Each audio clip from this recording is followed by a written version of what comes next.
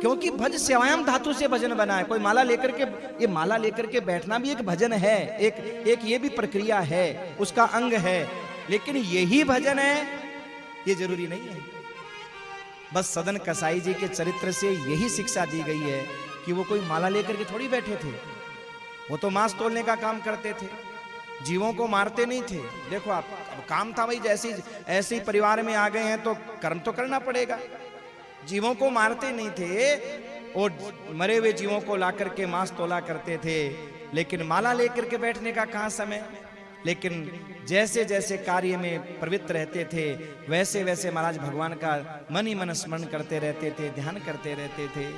और महाराज ठाकुर जी का स्मरण करते हुए कार्य करते थे तो इतने तल्लीन रहते थे कि कभी कभी तो सजनों कोई सामने ग्राहक आकर के बोलता था कि 2 किलो चाहिए तो 5 किलो दे देते थे, और कोई बोलता 5 किलो चाहिए तो 2 किलो दे देते थे।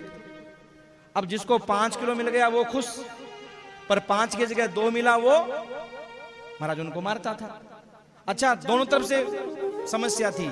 अगर 5 किलो दे दिया तो घर वाले डांटे, घर वाले महाराज हावी हो जाएं, और अगर 5 की जगह 2 दे दिया तो ग्राहक हावी हो जाए। बड़ी समस्या महाराज, क्या करें।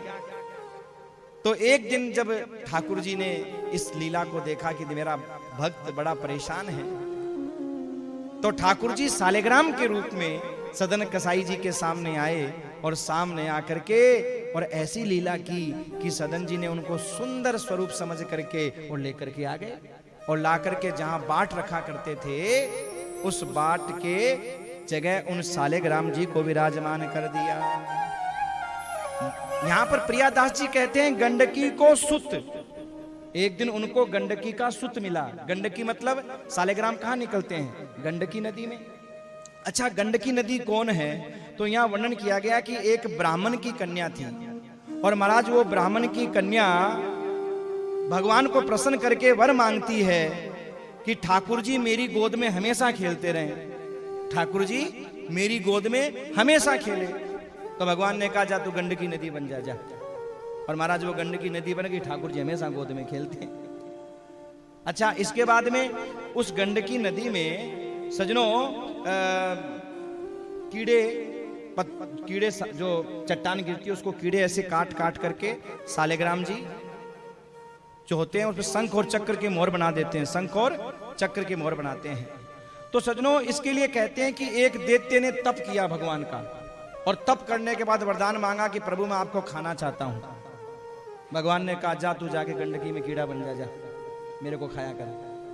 तो महाराज वही जाकर के दैत्य वहां कीड़ा बन गया, और कीड़े बनने के बाद में उसी का सब परिवार लगा हुआ है गंडकी नदी में, जो सालेग्राम के ऊपर शंख और चक्र की मोहर वर्षों से। महाराज सालेग्राम जी के बारे में आपको मैं बता दूं कि सालेग्राम जी कभी खंडित नहीं होते। कभी गोदी से नीचे कूद जाएं सालेग्राम जी और महाराज 4 हो जाएं तो वो 4 सालेग्राम कहलाएंगे, खंडित नहीं मानेंगे। जैसे ना मूर्ति खंडित मानते हैं, घर में नहीं रखते हैं, पर सालेग्राम कभी खंडित नहीं होता, खंड है सालेग्राम जी महाराज। और सालेग्राम, तुलसी और शंख इनको कभी अलग नहीं रखा जाता। शिव महापुराण में इसका वर्णन किया गया है। शिव महापुराण में इस बात का वर्णन किया गया है कि सालेग्राम जी को स्नान कराते समय भी तुलसी ऊपर होनी चाहिए। अगर आपने अलग कर दिया तो वहां वर्णन किया गया है उसको नारी का विरह सहन करना पड़ेगा इस जन्म में भी, और अगले जन्म में फिर नारी विहीन ही घूमेगा, नारी उसका विवाह नहीं होना है उसका।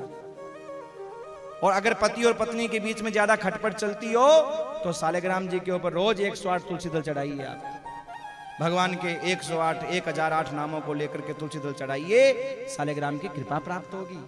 क्योंकि वहां भगवान ने इस बात को कहा है शिव महापुराण में कि जो सालेग्राम और तुलसी को आपस में मिलाएगा, एक साथ जगह रखेगा, उसके जीवन में दाम्पत्य जीवन हमेशा सुखी रहेगा। और देखो सालेग्राम जी को नहलाने के बाद ही चरणामृत बनता है, और चरणामृत लेते समय हम क्या बोलते हैं? अकाल मृत्यु हरणम सर्व व्याधि विनाशनम। ये अकाल मृत्यु को हरने वाला है, सर्व व्याधियों का विनाश करने वाला है। अब कोई कहे महाराज अकाल मृत्यु कैसे हरेगा? इसका एक वैज्ञानिक कारण भी है। हमारे यहाँ शास्त्रों में जो भी लिखा गया है उन सब के पीछे कोई न कोई वैज्ञानिक कारण निश्चित है महाराज। वैज्ञानिक कारण क्या है कि देखो, चरणामृत 3 चीजों से मिलकर के बनता है, तुलसी, गंगाजल और सालेग्राम शिला। सालेग्राम शिला को स्नान कराते हैं, उसी से गंगाजल चरणामृत बनता है। तो विज्ञान भी इस बात को मानता है कि भैया जो तुलसी है उसमें किसकी मात्रा है? पारे की। इसीलिए कहते हैं तुलसी को दांतों से, जाड़ से मत खाओ। कोई कहते हैं भैया माँ है इसलिए नहीं खाना चाहिए क्या? अरे माँ की बात नहीं है, इसमें पारा की मात्रा है। और ये पारा तुलसी के माध्यम से जब अंदर जाता है तो प्रतिरोधक क्षमता को पैदा करता है, शरीर को स्वस्थ रखता है, अकाल मृत्यु से बचाता है, क्योंकि पारा शरीर को बहुत फायदा करता है। पर इसका मतलब ये नहीं कि आप पारा उठा करके पी जाओ, वो तो बहुत नुकसान करेगा, मर जाओगे, शरीर को काट देगा वो पारा। तो वो पारा नहीं, जो तुलसी के अंदर जो पारे की मात्रा है वो शरीर को बहुत फायदा करती है। और सजनों, जब हम तुलसी ग्रहण करते हैं और अगर जाड़ से चबाएंगे, दांतों से चबाएंगे, तो दांतों को खत्म कर देगी महाराज को। यकीन नहीं हो तो कुछ वर्ष करके देख लो आप, धीरे धीरे धीरे धीरे दांत आपके खत्म हो जाएंगे। इसलिए कहते हैं कि तुलसी को दांतों से, जाड़ से नहीं चबाना चाहिए, क्योंकि उसमें पारे की मात्रा है। दूसरी बात, गंगाजल, गंगाजल में अभ्रक पाई जाती है, अभ्रक की मात्रा है, और अभ्रक भी शरीर को फायदा करती है। कोरोना काल में कितने लोग तो गंगाजल को पी करके अपनी इम्यूनिटी सिस्टम बढ़ाए महाराज। गंगाजल इम्यूनिटी सिस्टम को बढ़ाने वाला है, शरीर में प्रतिरोधक क्षमता पैदा करने वाला है, क्योंकि उसमें अभ्रक होती है। इसीलिए गंगाजल के अंदर कभी कीड़े नहीं पड़ते। गंगाजल में इतनी गंदगी, नाले इतने मिलते हैं, फिर भी महाराज कीड़े नहीं पड़ते, क्योंकि उसमें अभ्रक की मात्रा होती है और वो कीटाणुओं को समाप्त करने वाली होती है।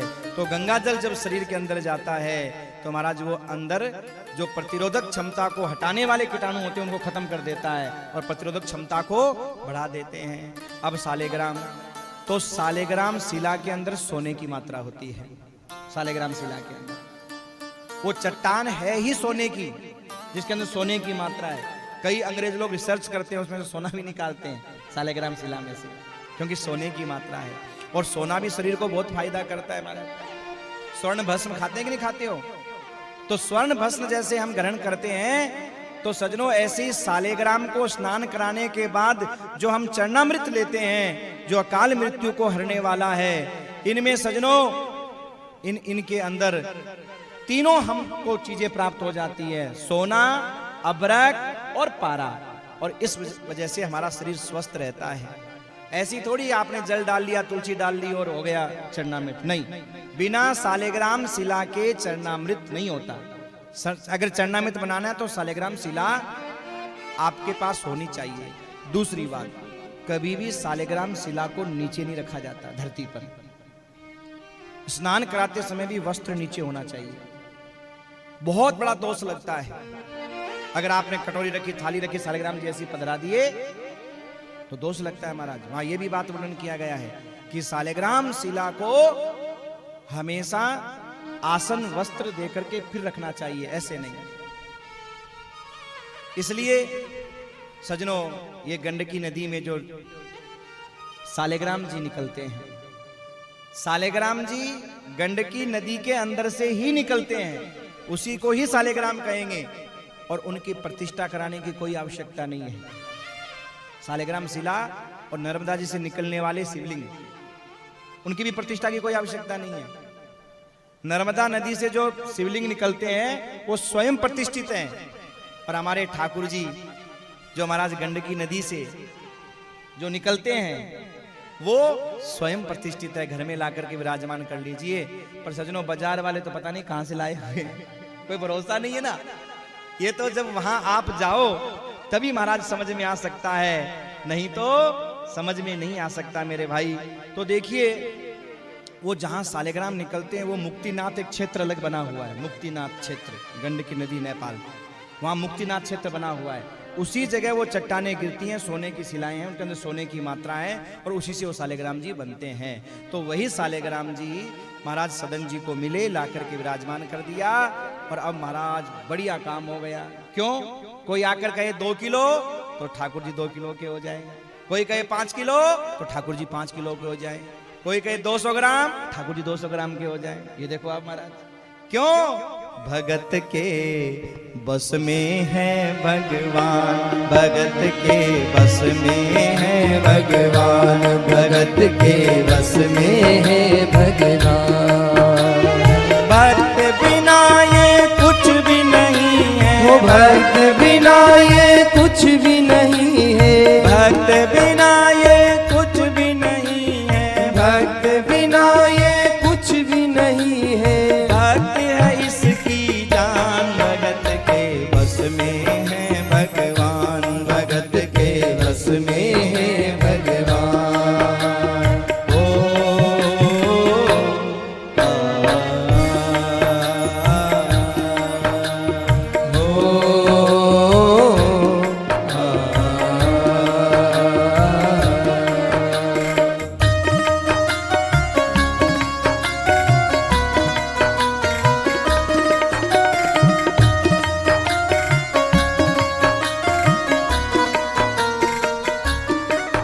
यदि भक्त नहीं होते भगवान कहाँ होता, यदि भक्त नहीं होते भगवान कहाँ होता, यदि भक्त नहीं होते भगवान कहाँ होता, यदि भक्त नहीं होते भगवान कहाँ होता। हर एक समस्या का समाधान कहाँ होता, हर एक समस्या का समाधान कहाँ होता। यदि भक्त नहीं होते भगवान कहाँ होता, यदि भक्त नहीं होते भगवान कहाँ होता। जय जय श्री राधे श्याम। भगवान अपने भक्तों के लिए क्या नहीं करते। सैन जी, सैन भक्त महाराज राजा की मालिश किया करते थे, हजामत बनाया करते थे, और एक दिन लेट हो गए भगवान की सेवा में, तो भगवान स्वयं सैन भक्त बनकर के पहुंच गए और राजा की मालिश कर रहे हैं, हजामत बना रहे हैं। और जब भगवान की सेवा से उठे, पता चला रे मैं लेट हो गया आज, तो दौड़ करके गए और भगवान तब तक सेवा करके निकल चुके थे। और जब सेन जी पहुंचे तो राजा ने कहा आप फिर आ गए? फिर आ गया? वो तो घबरा रहे थे कि राजा मुझे दंडित करेगा, आप फिर आ गए। सेन जी ने कहा महाराज क्षमा करना। उन्होंने सोचा व्यंग वचन में कह रहे हैं, व्यंग वचन में, क्षमा करना महाराज, आज देरी हो गई। देरी हो गई? अरे आज तो तुम बहुत जल्दी आ गए थे और जल्दी चले गए। जल्दी आ गया, जल्दी चला गया? अरे महाराज मैं तो अभी आया हूं। और तब राजा को पता चला कि वो जो तेल था उसमें कभी कभी मोर मुकुट की भी छाया पड़ रही थी। पर मैं कैसा मूर्ख रहा, कैसा अभागा रहा कि भगवान से सेवा कराता रहा, कैसा अभागा रहा। पश्चाताप करने लगे। और तब से सेन जी से कभी राजा ने वापस मालिश नहीं करवाई, कोई कार्य नहीं कराया। सेन जी आप तो बैठे बैठे आपका भरण पालन पोषण होगा, आप तो भगवान का भजन करो मेरे भाई। इसलिए कहते हैं भगत के वश में है भगवान। आज देखो भगवान तराजू पे बैठ करके सदन जी के लिए और आज मांस तोलने का कार्य कर रहे हैं। एक महात्मा ने देखा, अरे ये क्या कर रहे हो, ये तो सालिग्राम जी हैं। सदन जी बोले भगवान है? हाँ सालिग्राम जी हैं। और इनसे ऐसा गंदा काम कर रहे हो तुम, ये गंदगी तोल रहे हो। डांटा। सदन जी का बड़ा सरल स्वभाव, महात्मा जी क्षमा कर देना, मुझे तो पता भी नहीं था। अब क्या करूं, ऐसे ही परिवार में जन्म हो गया जहां भजन तो होता ही नहीं है, भजन तो बनता ही नहीं है, क्षमा कर देना, बहुत बड़ी गलती हो गई। अल्लाह लाओ हमें दो। लेकर के चले गए महाराज, बढ़िया स्नान कराया, गंगा जल से स्नान कराया, दूध दही से स्नान करवाया, बढ़िया झूला लगाया और झूला लगा करके सालिग्राम जी को विराजमान किया। झूला झुलाने लगे महात्मा जी। पर इधर सदन कसाई जी के साथ तो फिर वही बात हो गई, कभी 2 की जगह 5, 5 की जगह 2, कभी घर वाले डांटते हैं, कभी बाहर वाले डांटते हैं। सदन जी रोने लगे। और देखो प्रेम हो गया था उनसे बड़ा प्रेम हो गया था। महात्मा जी को स्वप्न दिया भगवान ने, महात्मा जी मुझे आपके ये फूल भी कांटे जैसे लग रहे हैं, मुझे आपका ये झूला अच्छा नहीं लग रहा। क्यों?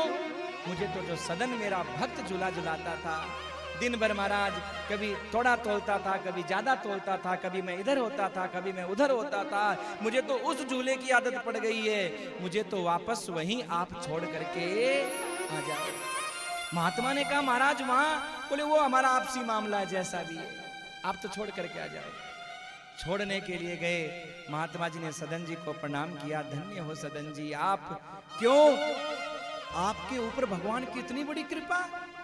पर सदन जी मन में सोचने लगे मैंने बहुत बड़ा अपराध कर दिया। महात्मा जी तो अब बोल रहे हैं पर मुझसे बहुत बड़ी गलती हुई है, इसका प्रायश्चित कैसे करूं? तो बोले इसका प्रायश्चित एक ही तरीके से हो सकता है, जगन्नाथपुरी जाऊंगा, क्योंकि वो जगन्नाथ हैं और वो मेरे इन अपराधों को क्षमा करेंगे। और सजनों, जगन्नाथ जी की यात्रा करने के लिए सदन जी और जगन्नाथ जी की ओर चल दिए। अब रास्ते में महाराज अब मांस तोलने का काम करते थे, जिसके साथ में होए वही उनको दूर कर दे, जिसके साथ होए वही दूर कर दे, कोई बात नहीं। जाही विधि राखे राम ताही विधि रही, जाहि विधि राखे राम ताहि विधि रही। सजनों, आप कहीं पर जाओ, आपकी व्यवस्था प्रतिकूल हो, इस चरित्र को याद करके इस भजन को गुनगुना लेना, मन में दुख नहीं होगा, उसके प्रति कोई बैर भाव पैदा नहीं होगा।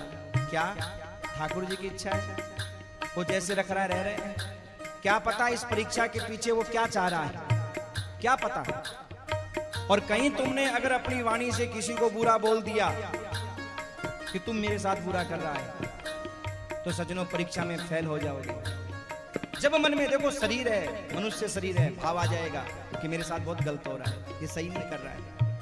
पर जैसे ही ये भाव आए वैसे ही महाराज इस बात को गुनगुना लेना, जाही विधि राखे राम ताही विधि रही, जाहि विधि राखे राम ताहि विधि रही।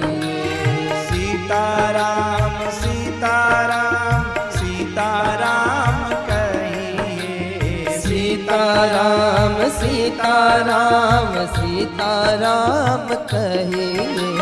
जाहि विधि राखे राम ताहि विधि रहिए, जाहि विधि राखे राम ताहि विधि रहिए। बस मन को शांति हो जाएगी। सदन जी से लोगों ने दूरियां बना ली, पर सदन जी ने कहा ठाकुर जी की यही इच्छा है भाई, तो यही ठीक है। भिक्षा मांगते हुए और महाराज जगन्नाथ जी की यात्रा कर रहे थे, रास्ते में एक दंपत्ति का घर पड़ा, भिक्षा मांगने के लिए गए, तो उस घर की जो गृहिणी थी उसने महाराज भिक्षा दी। शाम का समय हो गया था और बोली महात्मा जी रात को यहीं रुक जाओ आप। सदन जी ने कहा नहीं नहीं मैं रुकूंगा तो नहीं, मैं रुकूंगा नहीं, नहीं नहीं महाराज रात रात रात को रुक जाओ आप। बहुत जिद किया और जब बहुत आग्रह किया तो सदन जी ने मन में सोचा इतना आग्रह कर रहे हैं, अब कहीं तो रुकना, ठाकुर जी की इच्छा होगी। रात को रुक गए।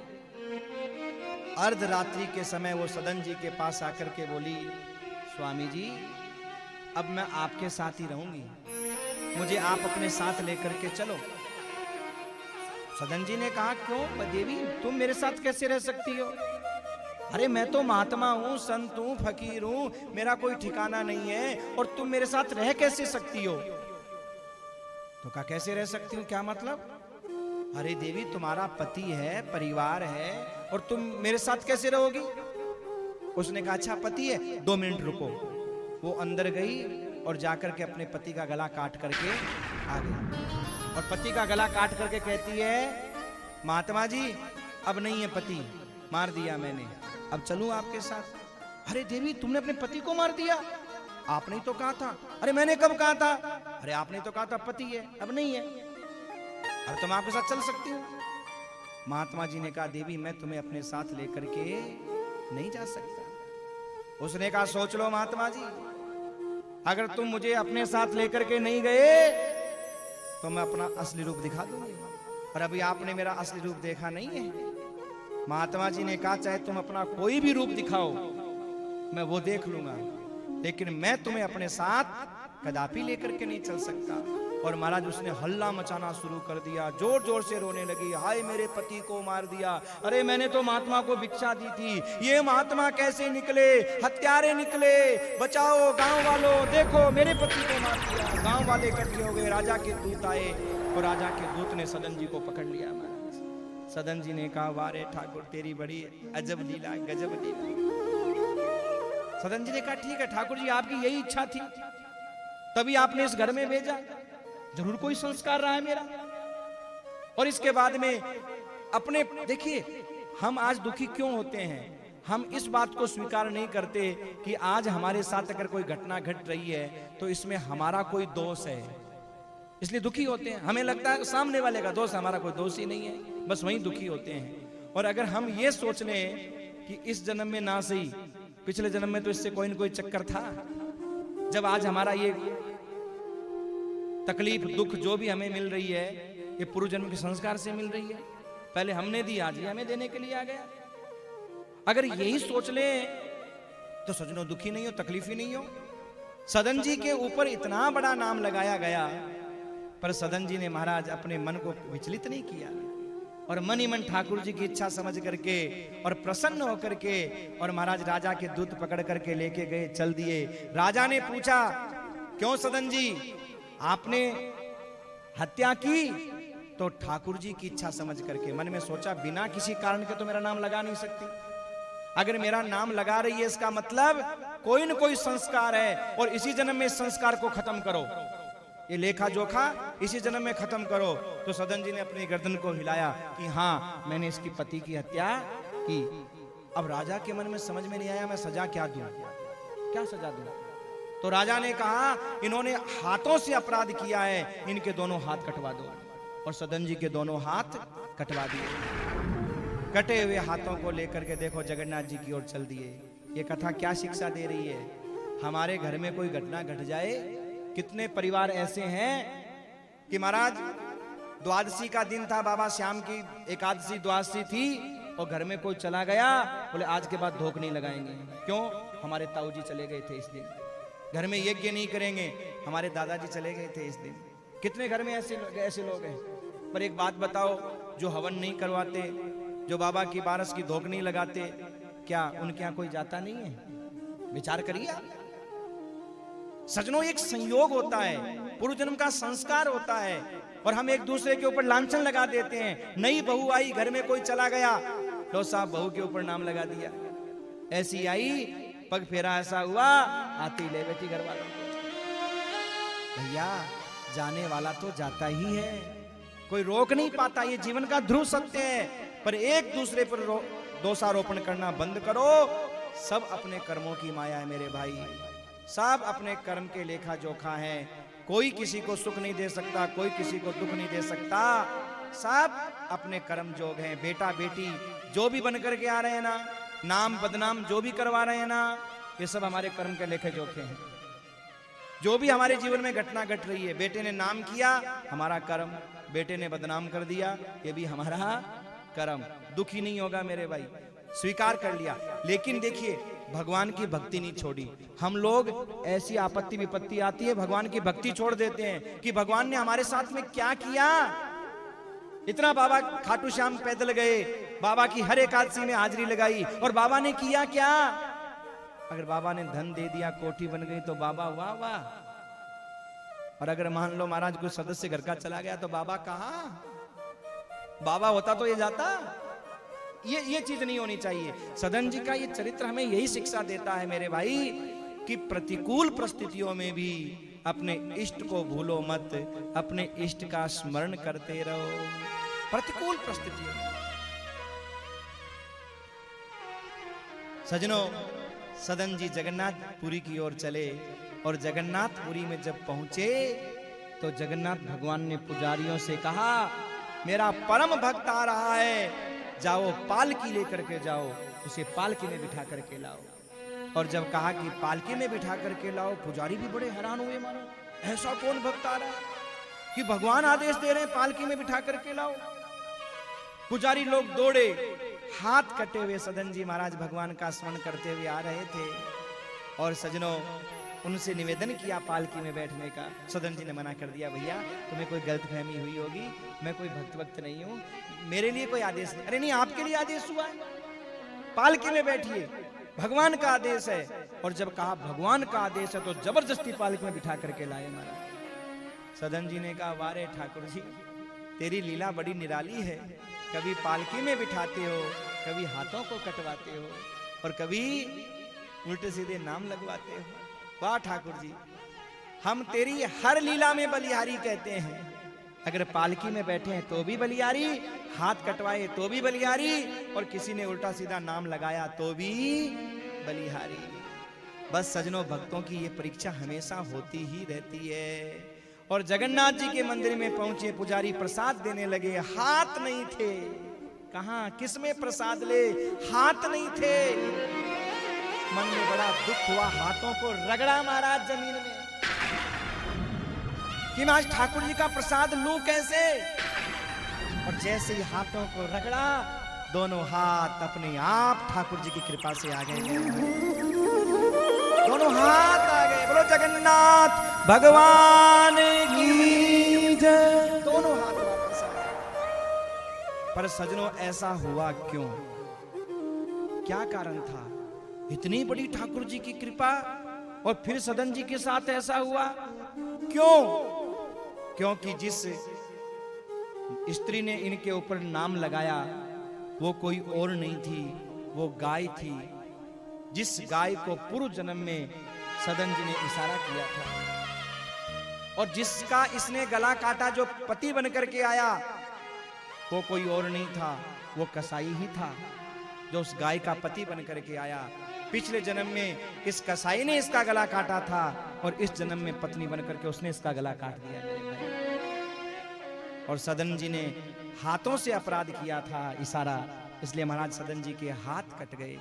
ये कथा क्या संकेत करती है? संसार में चाहे पति हो, पत्नी हो, बेटा हो, बेटी हो, भाई हो, बंधु हो, ये सब लेखा जोखा है मेरे भाई। भलाई कर भला होगा, बुराई कर बुरा होगा। भलाई कर भला होगा, बुराई कर बुरा होगा। भलाई कर भला होगा, बुराई कर बुरा होगा। भलाई कर भला होगा, बुराई कर बुरा होगा। जय जय श्री राधे श्याम। बहुत सुंदर सजनों, इस प्रकार सदन कसाई के ऊपर भगवान की बड़ी कृपा हुई। भजन करते हुए परमात्मा को प्राप्त किया। प्रभु अपने भक्तों पर निरंतर कृपा बरसाते रहते हैं। पर सजनों, भगवान एक बात कहते हैं। देखो, मीराबाई के चरित्र के माध्यम से, नानी बाई के चरित्र के माध्यम से, आपने जो चरित्र सुना कर्माबाई का, इन सब चरित्र के माध्यम से भगवान ने क्या शिक्षा दी? भगवान ने शिक्षा दी कि दुनिया वालों से तो हम रिश्ता बहुत बनाते हैं, धर्म भाई का, धर्म माँ का, धर्म बाप का, बड़े रिश्ते बनाते हैं। पर कभी आपने ये विचार किया कि ठाकुर जी से हमारा क्या रिश्ता है? देखो, हमारा प्रेम किसी से अगर होता है ना, तो जितना गहरा रिश्ता उतना ज्यादा प्रेम। तो ठाकुर जी का अगर प्रेम चाहते हैं तो रिश्ता भी उसी हिसाब से होना चाहिए भाई। हाँ,